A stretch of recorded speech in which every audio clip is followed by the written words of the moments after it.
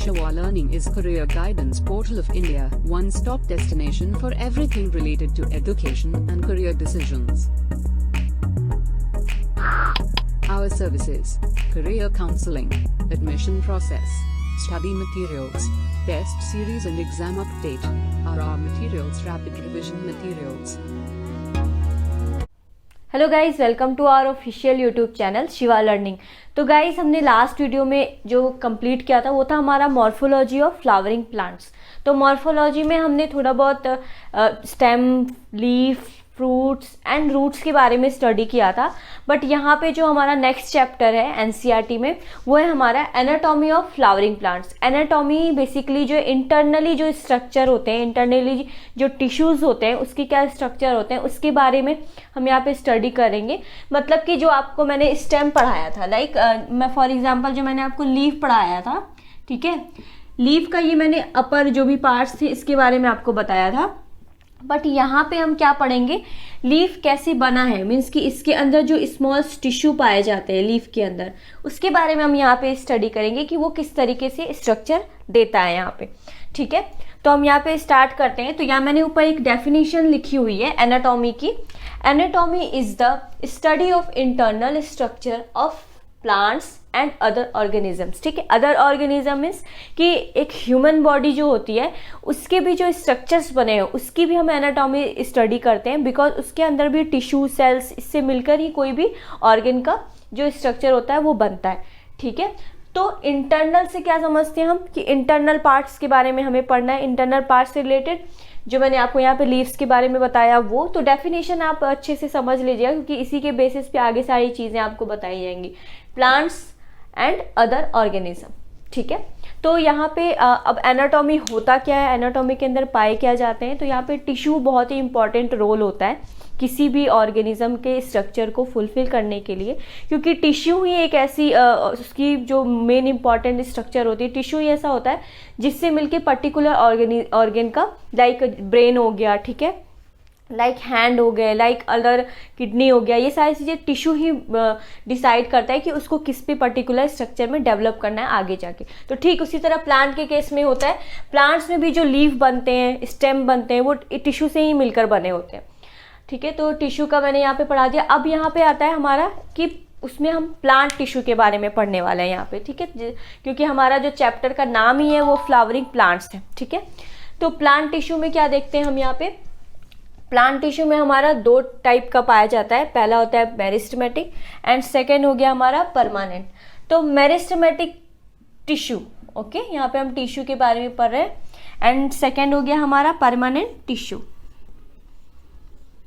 Okay, तो meristematic tissue क्या होता है पहले तो हम ये जान लेते हैं। तो meristematic is a dividing tissue. Like meristematic जो टिश्यू होते हैं वो एक डिवाइडिंग और ग्रोथ के लिए बहुत इंपॉर्टेंट रोल देता है। ग्रोथ से क्या समझते हैं हम, ग्रोथ जैसे कि कोई भी प्लांट है, ठीक है, लाइक वो श्रब हो गया, ट्री हो गया, तो वो ग्रोथ करता है because that is a living. Okay, तो लिविंग से अगर कोई भी चीज़ लिविंग में है तो वो ग्रोथ करेगी, चाहे वो अपना लेंथ के बेस पे ग्रो करे, चाहे अपना स्ट्रक्चर ग्रोथ करे, ब्रांचेस, मतलब किसी भी तरह से उसके अंदर ग्रोथ होना ही है। ठीक है, तो वो ही लिविंग में आता है।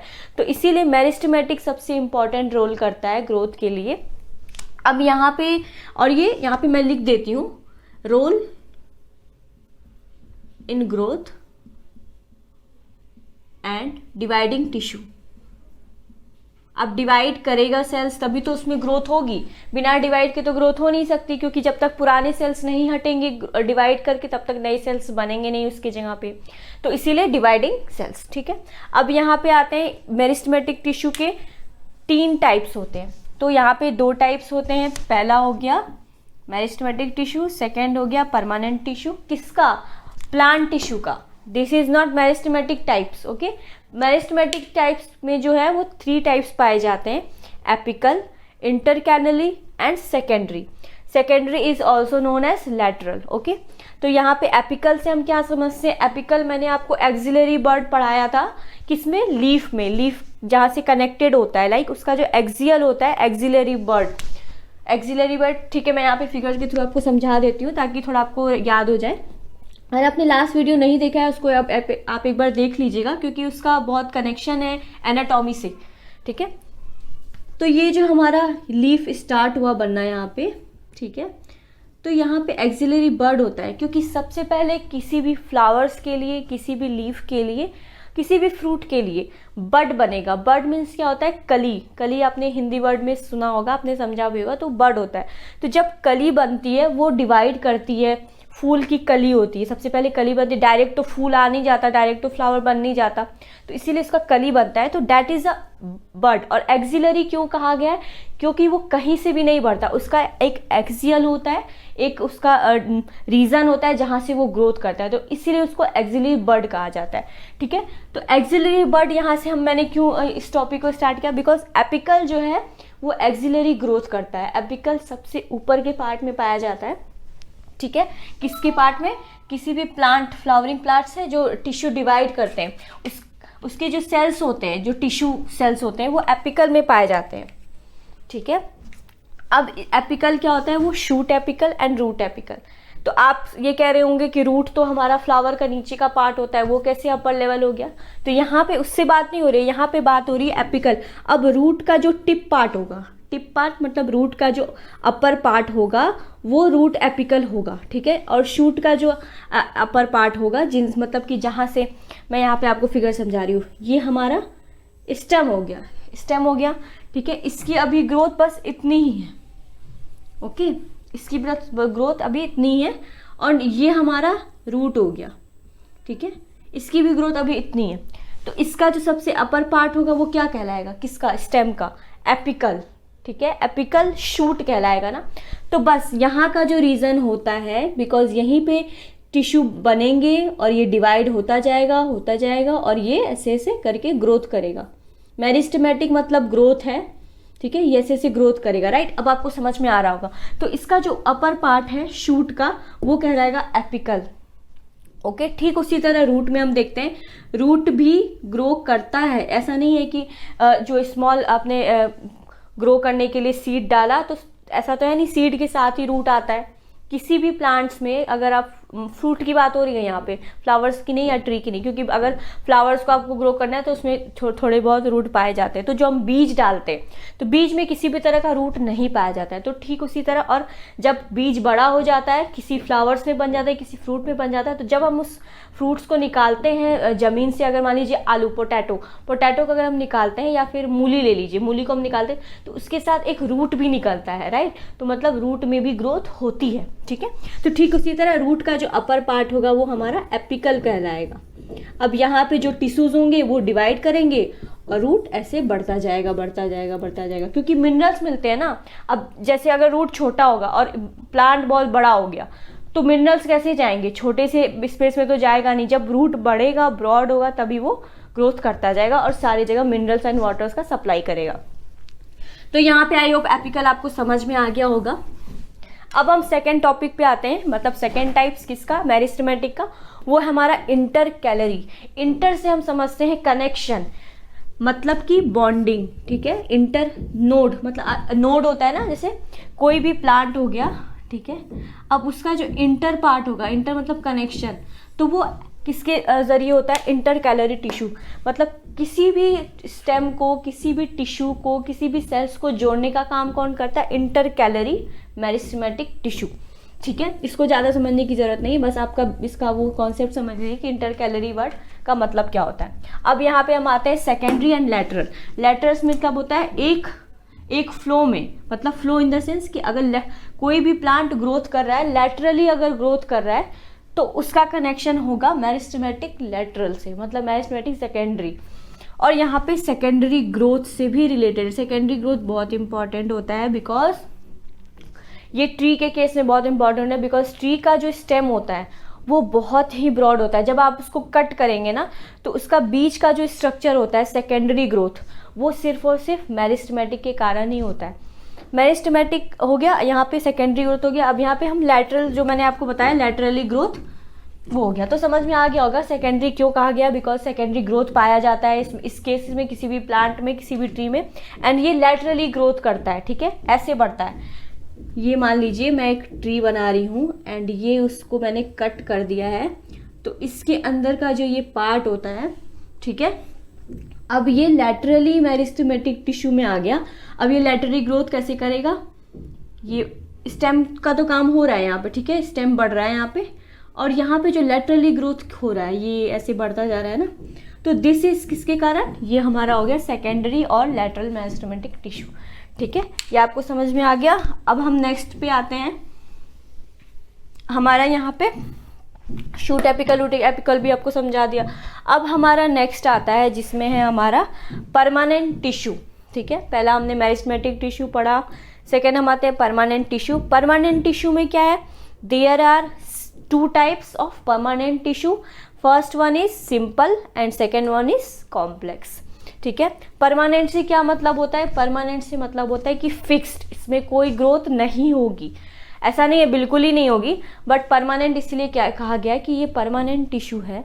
अगर किसी भी प्लांट में ये पाया जाता है दिस इज परमानेंट, इसका कोई भी प्लेस या फिर कोई भी अगर किसी जगह पे ये बन चुका है ये टिश्यू, तो ये इधर उधर खिसक नहीं सकता। लाइक मेरिस्टेमेटिक टिश्यू में क्या होता था, आप इसको कंपैरिजन करेंगे ना तो आपको ज़्यादा बेटर समझ में आएगा। ठीक है, मेरिस्टेमेटिक टिश्यू में क्या होता था, ये ग्रोथ करता था, ये चाहे तो ब्रांच में भी ग्रोथ कर सकता है, इधर उधर जा सकता है, राइट। और ये कहीं पे अगर स्टेम में है तो स्टेम की ग्रोथ करेगा, लाइक सेकेंडरी ग्रोथ। तो उसी तरह परमानेंट टिश्यू में नहीं होता है। ठीक है, यहाँ पे हम पहला जान लेते हैं simple permanent tissue and second was complex permanent tissue. Simple permanent tissue क्या होता है, इसमें जो है कि सिंपल स्ट्रक्चर पाया जाता है, सिंपल टिश्यू होता है, और इसके अंदर जो 3 पार्ट्स पाए जाते हैं ये इंपॉर्टेंट है। आप इस चार्ट को, जो मैंने चार्ट बनाया ना, इसको आप नोट कर लीजिएगा या फिर आप बना लीजिएगा, बिकॉज अगर आप ये चार्ट समझ लेंगे तो आपको ईजी होगा कि किसके बाद क्या आता है। नहीं तो क्या होता है, टाइप्स में हम कंफ्यूज हो जाते हैं, कभी कभी हम मेरिस्टेमेटिक के अंदर ही परमानेंट का टाइप लिख देते हैं, तो वो गलत हो जाता है, बिकॉज उसका कोई कनेक्शन ही नहीं है, this is opposite part of tissue. तो हम यहाँ पे 3 टाइप्स पढ़ते हैं, पैरेन्काइमा, कोलेन्काइमा एंड स्क्लेरेन्काइमा। ठीक है, parenchyma of permanent tissue, simple tissue में क्या होता है, ये जो पैरेन्काइमा है इसकी वॉल जो होती है, ये किसी भी टिश्यू का अपर, सबसे ऊपर का पार्ट होता है, इसकी वॉल बहुत थिन होती है, पतली वॉल पाई जाती है। ठीक है, उसमें ये बेसिकली फोटोसिंथेसिस में काम आता है। ठीक है, स्टोरेज करता है पैरेन्काइमा, तो थिन वॉल पाई जाती है, सबसे अपर वॉल। ठीक है, दैट इज पैरेन्काइमा। अब आता है हमारा कोलेन्काइमा। इसको पैरेन्काइमा का समझ में आया आपको, this is thin wall and photosynthesis और स्टोरेज का काम करती है।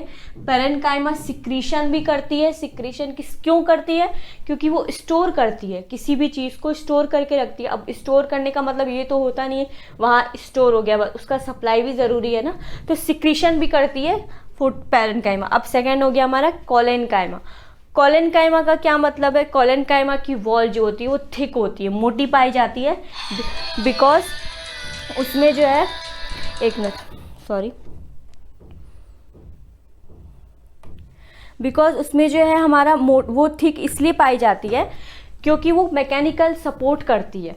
मैकेनिकल सपोर्ट से मतलब क्या हुआ, उसके अंदर सेलुलोज पाया जाता है। सेलुलोज का स्ट्रक्चर बहुत ही मतलब कॉम्प्लेक्स होता है, सेलुलोज का स्ट्रक्चर कॉम्प्लेक्स होता है। ये वायरस में भी पाया जाता है सेलुलोज का स्ट्रक्चर, और बैक्टीरिया में भी पाया जाता है।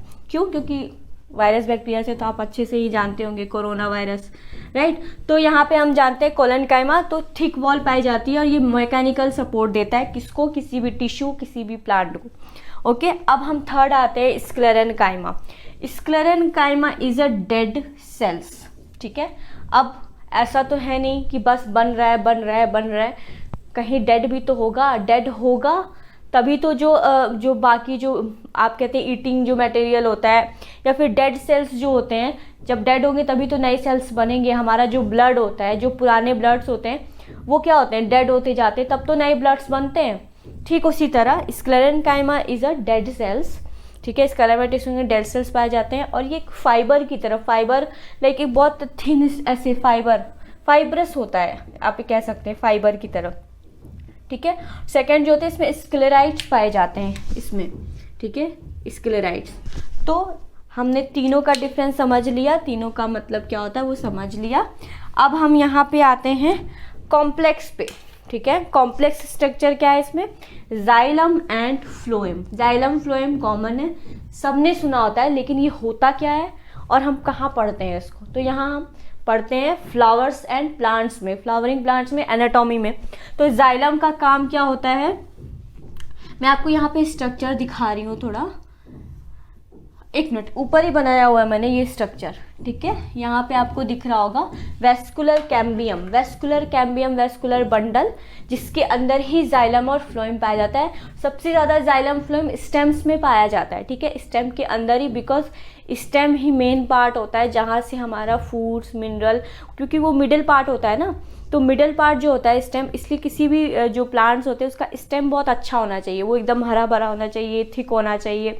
क्यों, क्योंकि उसके अंदर जितने वाटर मिनरल्स होंगे उतना अच्छा हमारा प्लांट ग्रो करेगा।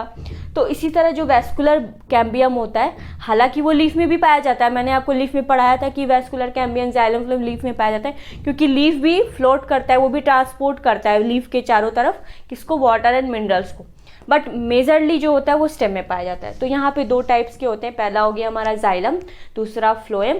जाइलम से रिलेटेड है रूट, क्यों रूट से है, बिकॉज जाइलम का जो काम होता है वो वाटर एंड मिनरल्स का सप्लाई करता है, कहाँ से, रूट में। जो हमारा रूट है वहाँ पे जाइलम वेस्कुलर बंडल के अंदर पाया जाता है, और रूट्स के अंदर वो वाटर्स का सप्लाई करता है।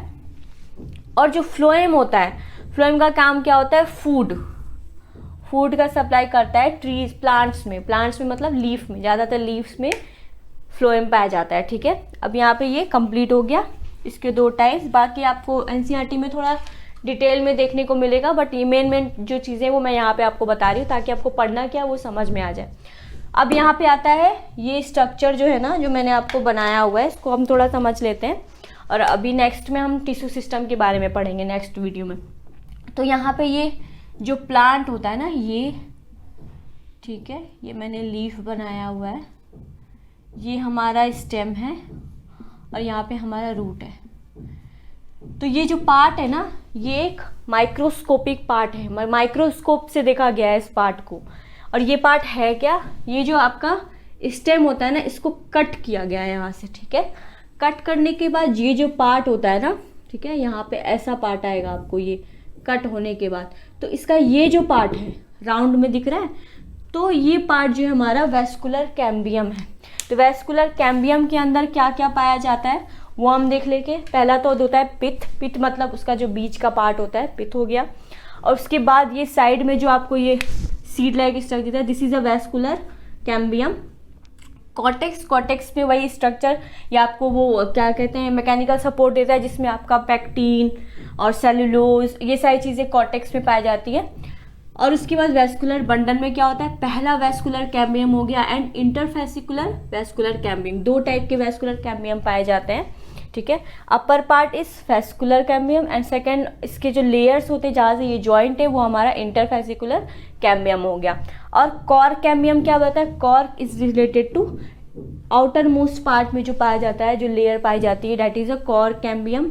और दिस इज कॉर, मतलब एक राउंड शेप में जो स्ट्रक्चर देता है बेसिकली वो कॉर कैम्बियम है। तो वेस्कुलर बंडल में मैंने आपको बता दिया, इसमें कुछ नहीं, जाइलम एंड फ्लोएम पाए जाते हैं। तो ये हमारा यहाँ पे हो गया एनाटॉमी और प्लांट टिश्यू। तो आज की वीडियो में हम इतना ही पढ़ेंगे कि प्लांट टिश्यू में क्या पार्ट पाए जाते हैं, एपिकल, ये मेरिस्टेमेटिक, परमानेंट टिश्यू, इसके जो टाइप हैं वो, इस चार्ट को आप ज़रूर से समझ लीजिएगा। और वेस्कुलर बंडल में ये जो मैंने आपको समझाया, इस वीडियो को आप देख लीजिएगा, ठीक है। तो अब हम नेक्स्ट वीडियो में क्या पढ़ेंगे, वो पढ़ेंगे टिश्यू सिस्टम, टिश्यू का क्या सिस्टम होता है वो हम पढ़ेंगे एनाटॉमी में। तो आज का वीडियो यही है हमारा। होप आपको वीडियो ये पसंद आया होगा, समझ में भी आया होगा। और तो लाइक और कमेंट्स एंड सब्सक्राइब ज़रूर करिएगा। Thank you so much. Please subscribe the channel to get latest update, like and share the video.